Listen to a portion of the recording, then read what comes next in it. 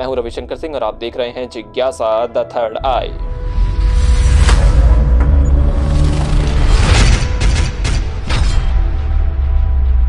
निराले व्यक्तित्व की गरिमा से मंडित स्वच्छंदतावादी कवि सूर्यकांत त्रिपाठी निराला का जन्म बंगाल राज्य के मेदिनीपुर जिले में सन 1899 ईस्वी को हुआ था। उनके पिता का नाम राम सहाय त्रिपाठी था, जो मूल रूप से उत्तर प्रदेश के उन्नाव जिले में गदाकौला गांव के निवासी थे, जिसे कुछ लोग गढ़कौला नाम भी देते हैं, और महिषादल रियासत में बतौर सिपाही काम किया करते थे। उनकी माता का नाम रुक्मिणी देवी था, जिनका कि निराला की 3 वर्ष की अल्पायु में ही निधन हो गया, जिसके कारण निराला का पालन पोषण भली प्रकार से नहीं हो सका। मैट्रिक तक की शिक्षा प्राप्त करने के उपरांत स्कूली शिक्षा भी समाप्त हो गई, तो उन्होंने घर पर ही संस्कृत, दर्शन शास्त्र, अंग्रेजी साहित्य और बांग्ला साहित्य का अध्ययन किया।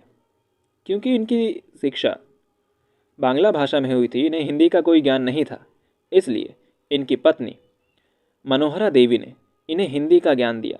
क्योंकि वे हिंदी से शिक्षित थे, इसलिए उन्होंने निराला को हिंदी से परिचित कराया, उन्हें हिंदी भाषा से परिचित कराया, हिंदी भाषा में कविताओं से परिचित कराया। मनोहरा देवी के इस प्रयास के कारण ही हमें निराला जैसा महान व्यक्तित्व मिलता है, महान कवि मिलता है। कुछ समय बाद ही इनके पिता का देहांत हो गया, जिसके बाद परिवार की समस्त जिम्मेदारियां इनके ऊपर आ गई और 1918 से 1922 तक इन्होंने महिषादल रियासत में ही कार्य किया। निराला जी बहुमुखी प्रतिभा संपन्न व्यक्ति थे। उनकी कविता में संगीत का उत्तम समन्वय था। इनकी पत्नी भी इनका साहित्यिक कार्यों में अपना योगदान देती रहती थी, साहित्यिक संस्कारों की प्रेरक थी और इनकी 2 संतानें हुई, एक पुत्र और एक पुत्री। थोड़े समय बाद इनकी पत्नी का भी देहांत हो गया। पुत्री जब बड़ी हुई तो उन्होंने उसका विवाह किया, लेकिन कुछ ही दिनों में उसने भी आंखें मूंद ली। निराला जी अपनी इस पुत्री के निधन से बहुत विक्षुब्ध हुए, बहुत दुखी हुए। मन के इस विक्षोभ को उन्होंने अपनी रचना सरोज स्मृति में प्रकट किया है। सरोज स्मृति पुत्री के वियोग में लिखा गया आज तक का सबसे बेहतरीन, सबसे दर्द भरा शोक गीत है। परिवार के भरण पोषण के लिए महिषादल राज्य में ही उन्होंने नौकरी की और 1918 से 1922 तक वे यहाँ पर कार्यरत रहे। अपने स्वाभिमानी व्यक्तित्व के कारण सामंती वातावरण से सामंजस्य बनाने में चूक गए। क्योंकि जो व्यक्ति स्वच्छंद रह आया हो, उसके लिए सामंती व्यवस्था में फंसना, सामंती व्यवस्था के साथ जुड़ जाना यूं भी सरल नहीं होता। वहाँ से अलग होकर इन्होंने कलकत्ता में अपनी रुचि के अनुरूप रामकृष्ण मिशन के पत्र समन्वय का संपादन किया। इसके बाद मतवाला के संपादक मंडल में सम्मिलित हो गए। 3 वर्ष बाद लखनऊ आकर गंगा पुस्तक माला का संपादन करने लगे। फक्कड़ एवं अक्खड़ स्वभाव के होने के कारण यहाँ भी उनकी ज़्यादा दिनों तक नहीं निभ सकी और लखनऊ छोड़कर इलाहाबाद में रहने लगे। आर्थिक परेशानियों को झेलते हुए उन्होंने जनसाधारण के साथ अपने को एकात्म कर लिया और प्रगतिशील काव्य रचनाओं के साथ साथ मध्यम रचनाएं, चतुरी चमार, बिल्लेसुर बकरिया आदि की रचना भी करने लगे। उपन्यास, प्रभावती, निरुपमा एवं कहानियाँ, बहुत सारी कहानियाँ इन्होंने यहीं पर इलाहाबाद में रहकर लिखी। निराला जी के विषय में गंगा प्रसाद पांडे का कथन है कि आंखों में आंतरिक प्रसन्नता, चित्त में चैतन्य की आभा और सारे शरीर में पुलक स्फुरण तथा मस्ती से भरा मन लेकर निराला आगे बढ़ते चलते हैं। उनकी बेफिक्री से बोझिल चाल किसी के अनुशासन का कंपन नहीं, वरन उनके आत्मविश्वास की दृढ़ता को परिलक्षित करती है। उनकी बड़ी बड़ी लाल आँखों की ज्योति को देखकर अनायास ही यह पता चल जाता है कि यह विकट और उत्कट आत्मचेता है। उनकी ओर कड़ी आँख से देखने का किसी का साहस नहीं हो सकता। उनके व्यक्तित्व की भांति उनके साहित्य की भी समता किसी अन्य से संभव नहीं है।